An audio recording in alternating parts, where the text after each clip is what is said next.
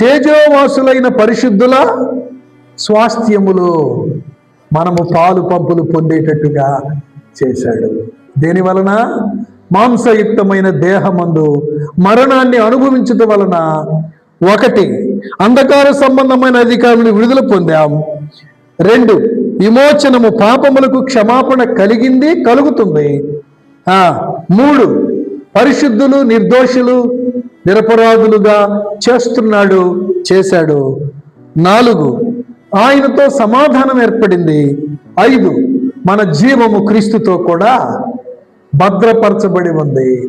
6వదిగా తద్వారా తేజోవాసులైన పరిశుద్ధుల స్వాస్థ్యములో మనము పాల్గొన్నాం. బ్రదర్, ఇది truth. This is a truth. తిరుగులేదు ఆ విషయం. ఒకవేళ ఇది సత్యం కాకపోతే నువ్వు ఇప్పటి వరకు ఉండేదానివి కాదు, ఉండేవాడవు కాదు. నీకు వాక్యం అర్థమయ్యేది కాదు.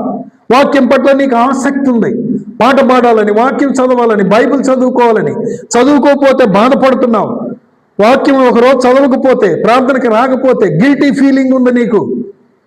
ఏదన్నా పొరపాటు చేసినప్పుడు అయ్యో ఏంటి అనే ఫీలింగ్ ఉంది నీకు. ఏంటి సంగతి అంటే, నీవు రక్షించబడ్డావు. ప్రభు తన రక్తంలో నిన్ను కడిగాడు. ఆ జీవము నీలో ఉంది. నీలో ఉన్న జీవము క్రీస్తులో ఉంది. ఫలితం ఏంటి?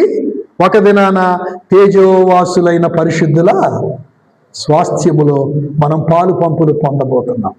అందును బట్టి దేవునికి కృతజ్ఞతాస్తుతులు చెల్లించాలి. నిజంగా ఈ విషయాలు మీకు అర్థమైతే ప్రభుని స్తుతించకుండా, గణపరచకుండా ఉండలేరు. May God bless you.